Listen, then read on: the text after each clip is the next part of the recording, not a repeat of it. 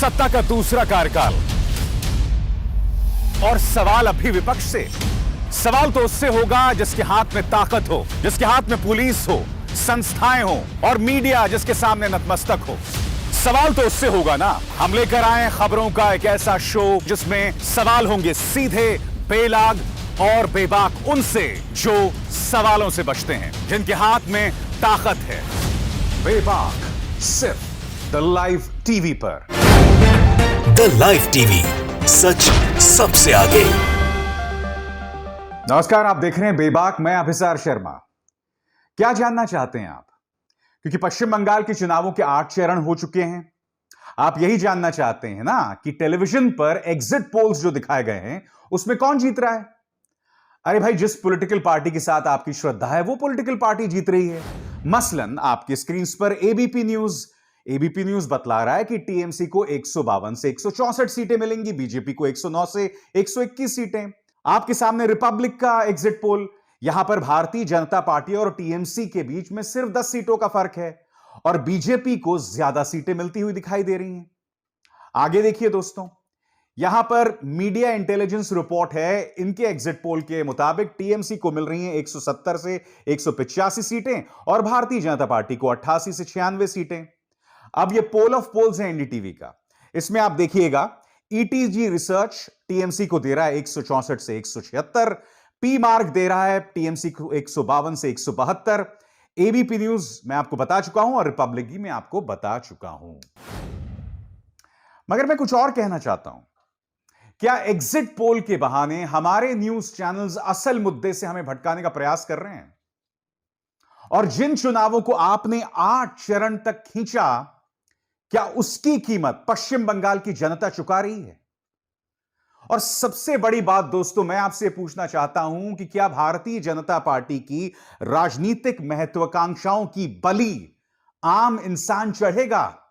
और मैं ऐसा क्यों बोल रहा हूं दोस्तों, आपके स्क्रीन पर देखिए, उत्तर प्रदेश के अंदर पंचायत चुनाव हुए और इस खबर के मुताबिक अब तक 550 शिक्षा मित्रों की मौत हो चुकी है, क्योंकि ये लोग पंचायत चुनावों में ड्यूटी कर रहे थे, इन्हें किसी तरह की कोई सुरक्षा नहीं थी और इनकी मौत हो गई। मैं आपसे पूछना चाहता हूं, जवाबदेही किसकी है? क्योंकि योगी आदित्यनाथ तो यह मानने को ही तैयार नहीं है ना कि कोरोना से मृत्यु हुई है। आपको मैं एक वीडियो दिखाना चाहता हूं दोस्तों। यह वीडियो एक महिला का है।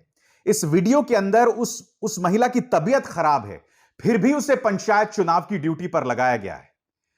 उसके चेहरे को देखकर आपको यह अंदाजा लग जाएगा कि वो कितनी खराब अवस्था में। यह वीडियो देखिए, और यह वीडियो योगी सरकार को शर्मसार कर रहा है, प्रशासन को शर्मसार कर रहा है, चुनाव आयोग को शर्मसार कर रहा है। देखिए।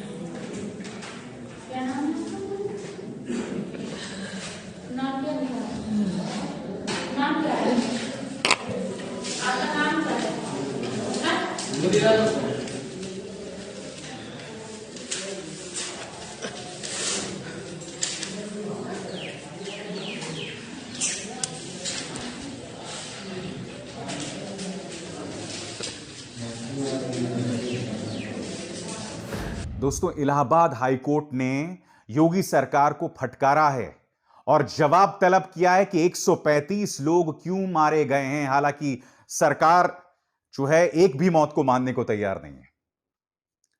आप ये ना भूलें कि आज से 2 दिन पहले मद्रास हाईकोर्ट ने क्या कहा था। भूल गए? मद्रास हाईकोर्ट ने चुनाव आयोग को कहा था कि क्यों ना आप पर हत्या का मामला दर्ज किया जाए। आजाद भारत के इतिहास में चुनाव आयोग के बारे में क्या कभी आपने ऐसे शब्द सुने हैं?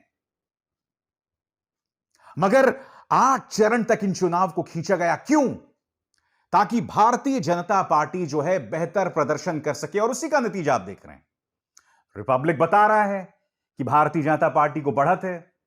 फिर वो एक और पता नहीं कौन सा एक संस्था है जिसका संपादक को बहुत बुरी तरह से लतियाया गया था मुंबई में, याद है? थप्पड़ मारा गया था, जो बंदर की तरह उछलता रहता है। उसकी संस्था तो 162 से 184 सीट्स दे रहा है बीजेपी को। मगर मैं आपसे पूछना चाहता हूं कि क्या एग्जिट पोल्स कोरोना के मुद्दे पर हावी हो सकते हैं? बताइए। आज मैंने कांग्रेस के प्रवक्ता पवन खेरा को एक न्यूज चैनल पर रोते हुए देखा। वो कह रहे थे कि आप लोग एग्जिट पोल्स पर डिबेट कर रहे हैं, मगर मेरी नजर तो उन लोगों पर है जो मारे जा रहे हैं। मैं आपको एक तस्वीर दिखा चुका हूं, और सबसे दुख की बात यह है कि सरकार मानने को ही नहीं राजी है दोस्तों कि एक समस्या भी सामने है।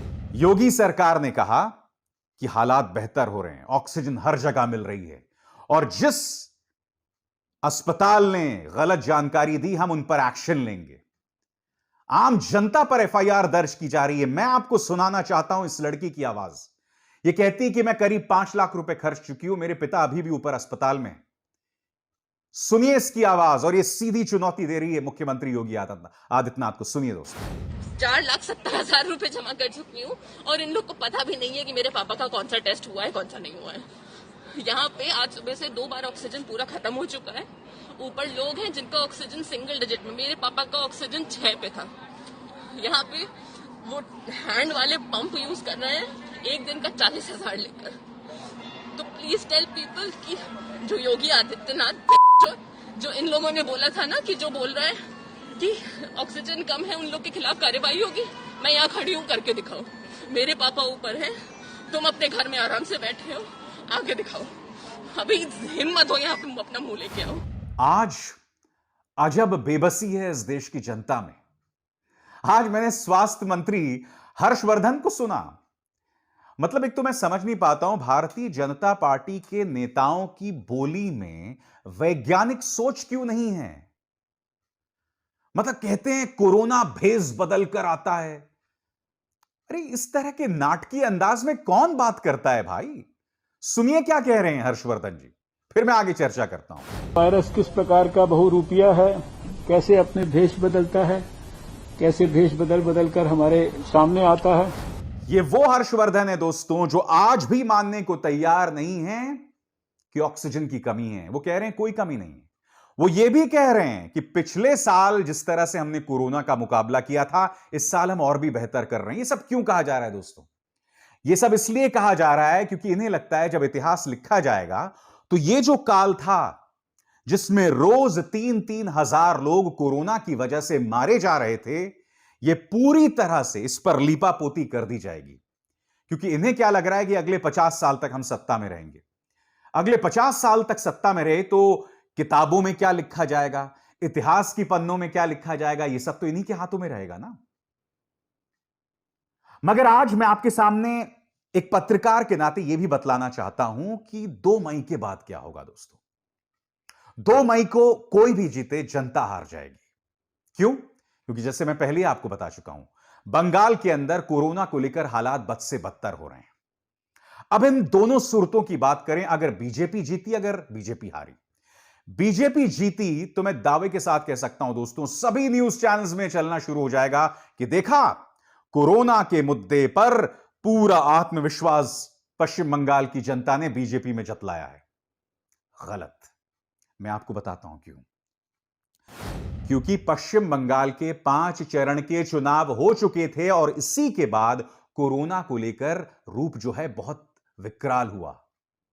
अब भी पश्चिम बंगाल में हालात गंभीर है, मगर उतनी गंभीर नहीं जैसा हम देख रहे हैं उत्तर प्रदेश में। मगर आपको याद होगा, इसी मंच पर मैंने आपको बताया था कि इस वक्त पश्चिम बंगाल के अंदर कोरोना का एक ट्रिपल म्यूटेंट, एक बहुत ही खतरनाक प्रकार का कोरोना वायरस घूम रहा है। और यह क्यों आया है, उसकी वजह है चुनावी रैलीज, बड़ी बड़ी तादाद में लोगों का जमा होना। तो पश्चिम बंगाल में तो अभी देखा जाएगा। इसलिए जो भी आपसे यह कहेगा ना कि अगर बीजेपी जीत गई 2 मई को, कि यह कोरोना के ऊपर वोट है, और मैं दावे के साथ कह सकता हूं दोस्तों, अधिकतर न्यूज चैनल्स यही कहेंगे कि देखा, कोरोना को लेकर देश की जनता पश्चिम बंगाल बीजेपी के साथ है। नहीं साहब, जैसे मैंने कहा, 5 चरणों के मतदान के बाद हालात उग्र हुए, इसलिए वो उनके लिए वोट नहीं है। हां, अगर बीजेपी जीत गई तब क्या होगा मैं आपको बताता हूं। तब पश्चिम बंगाल में ऐसा मुख्यमंत्री आसीन हो जाएगा जो अस्पतालों को धमकी देगा कि अगर तुमने ऑक्सीजन को लेकर शिकायत की तो मैं तुम पर केस कर दूंगा। वो आम लोगों पर एफआईआर दर्ज कर देगा, जैसा कि अमेठी पुलिस ने किया था उत्तर प्रदेश के अंदर। या फिर जैसा कि माननीय मनोहर लाल खट्टर ने कहा था कि मृतकों के आंकड़े क्या चीज होते हैं, मृतकों की बात करने से लोग जिंदा थोड़ा ना हो जाएंगे। अगर बीजेपी जीत गई 2 मई को पश्चिम बंगाल में, तो मैं आपको दावे के साथ कह सकता हूं ऐसा ही मुख्यमंत्री वहां पर आसीन हो जाएगा। और इसमें जनता की कितनी जबरदस्त जीत होगी वो तो आप जानते हैं। और अगर वाकई दोस्तों बीजेपी जीती तो बधाई पश्चिम बंगाल की जनता को, मगर अगर हार गई तब क्या होगा? अगर वो पश्चिम बंगाल हार गए और साथ में असम भी हार गए, क्योंकि मैं तमाम न्यूज चैनल्स में देख रहा हूं सब जगह असम के अंदर बीजेपी को विजेता बताया जा रहा है। बस एक टुडेज चाणक्य की यह तस्वीर है जो मेरे दोस्त रवीश कुमार ने मुझे फॉरवर्ड की है। इसमें बताया जा रहा है कि कांग्रेस और बीजेपी दोनों को जो मत प्रतिशत मिला है बराबरी का मिल रहा है, 43% जैसा कि आप स्क्रीन पर देख रहे हैं। मगर अगर असम और बंगाल दोनों हार गई बीजेपी, तो यकीन मानिए दोस्तों उसके बाद बीजेपी को लेकर विपक्ष का गुस्सा, विपक्ष की लामबंदी और बढ़ेगी। हालांकि बीजेपी जीत भी जाए पश्चिम बंगाल के अंदर तो जनता तो सफर कर रही है ना, जनता को तो यातना मिल रही है, जनता तो प्रताड़ित हो रही है। तो पश्चिम बंगाल जीत लेने से आपके पाप नहीं धुल जाएंगे। समझ रहे हैं कि नहीं आप? और मेरे जहन में यह बात भी है कि अगर ये लोग पश्चिम बंगाल और असम हार जाते हैं तो अब 8 महीने बचे हैं उत्तर प्रदेश के चुनावों में। और आप जानते हैं यूपी के अंदर किस कदर बदहाली है, चाहे नोएडा हो, चाहे गाजियाबाद हो, चाहे बनारस हो, कानपुर हो, लखनऊ हो, हर जगह बदतर हालात हैं। और अभी कोरोना तो ग्रामीण इलाकों में पहुंचा ही नहीं, उत्तर प्रदेश में हालात और बदतर होंगे, लोगों का गुस्सा बढ़ेगा। और अगर पश्चिम बंगाल में बीजेपी हार जाती है तो इसका सीधा असर आने वाले वक्त में यूपी में भी पड़ने वाला है। मगर एक बहुत बड़ा मगर है, क्योंकि इस वक्त क्या है दोस्तों, अखिलेश यादव गायब हैं, मायावती गायब है। खैर मायावती में तो मुझे बहुत ज्यादा उम्मीद नहीं है, क्योंकि उनके बयानात ऐसे होते हैं जो कि बीजेपी के पक्ष में ही होते हैं, और मैं मायावती से बहुत मायूस हूं सच बताऊं तो। मगर अखिलेश यादव क्या कर रहे हैं? वो भी खामोश हैं, उनकी भी मैं आवाज नहीं सुन रहा हूं। तो बहुत जरूरी है उत्तर प्रदेश के अंदर विपक्ष जमीन पर दिखाई दे। प्रियंका गांधी कोशिश करती रहती है, मगर आप जानते हैं कांग्रेस का भी जनाधार नहीं उत्तर प्रदेश के अंदर। इसलिए आने वाले 1-2 महीनों में उत्तर प्रदेश के अंदर अखिलेश यादव को सक्रिय होना पड़ेगा। सिर्फ 2-3 ट्वीट कर लेने से बात नहीं बनने वाली है। तभी आप उत्तर प्रदेश में अपनी मौजूदगी दर्ज करवा पाएंगे। अगर मैं फिर दोहरा रहा हूं दोस्तों, चाहे परिणाम जो भी आए, हारेगी जनता।